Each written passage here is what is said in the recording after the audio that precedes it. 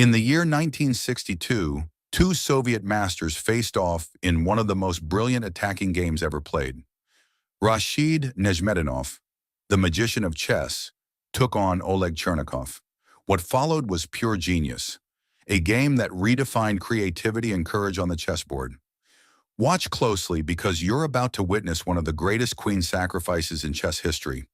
Rashid Nezhmetdinov is white and Oleg Chernikov is black. So let's see this game. Rashid plays e4. Oleg plays c5, then knight to f3 and knight c6. Now d4. C captures on d4. Knight captures on d4.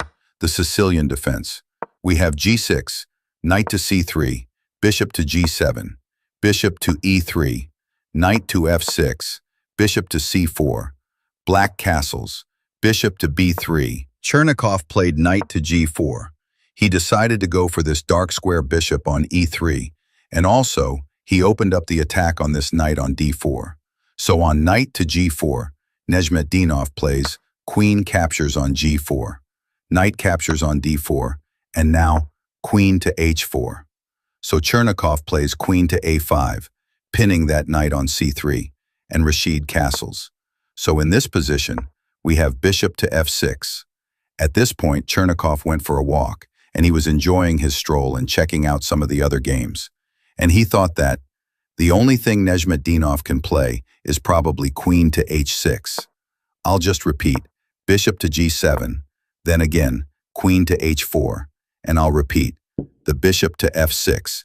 And if he plays something like queen to g3, well, then Chernikov has this idea of playing queen to c3.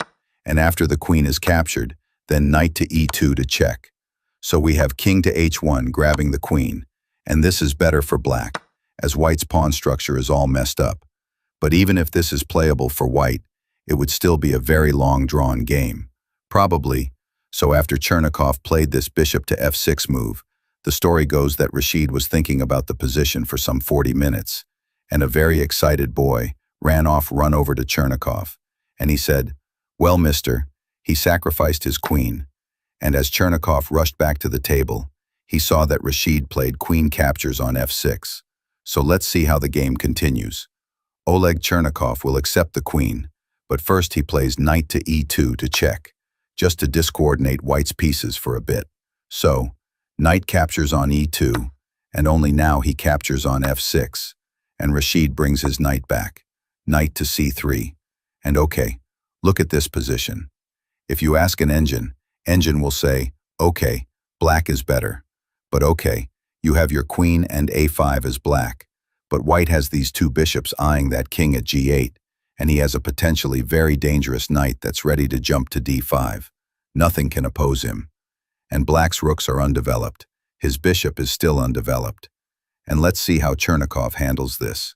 So Chernikov plays rook e8, and Rashid defend this pawn on e4. Actively, he plays knight to d5. So now the pawn can be captured because the knight f6 checks. So Chernikov plays rook to e6. And now, Rashid plays bishop to d4, again going for that f6 pawn. So we have kings to g7 defending the pawn, and we have a rook to d1, activating this rook. So we have d6 preparing to develop the bishop, and Rashid plays rook to d3, prepares for a nice rook lift to f3, bishop to d7, and now rook to f3, again going for that f6 pawn. So we have bishop to b5, attacking the rook on f1, but Rashid I plays bishop to c3, attacking the queen on a5. The queen moves to d8 to help with the defense of the f6 pawn, and now we have knight captures on f6. So we have bishop to e2, and in this position, well, this was probably the losing move, bishop to e2. In here, black has to admit that he's not better, and that he should probably play something like rook a to c8, but he plays the bishop to e2, and after bishop to e2, allows Rashid Nezhmetdinov to play this beautiful move, knight captures on h7. And what's the idea of knight captures on f7? Well, if you look at this position, if the knight is captured, then look at this strong bishop's diagonal, and look at this rook going to h3. It would be extremely dangerous for black. So Oleg Chernikov plays king to d8, king to g8, and now Rashid plays rook to h3. So we have rook to e5. Oleg Chernikov would love to exchange this rook for this amazingly strong dark square bishop, but Rashid plays f4. He's not interested in the rook. So Chernikov plays bishop captures on f1, and king captures and f1.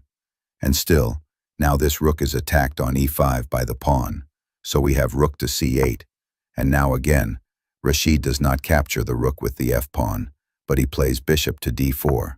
He is protecting this bishop like it's made of gold. So we have b5, and now we have knight to g5. We have rook to c7, protecting that f7 pawn. And this is where Rashid goes all out. He plays bishop captures on f7 with check, rook captures on f7, and now we have rook to h8 check. King captures on h8, and now knight captures on f7, forking the king, the queen, and the rook on e5.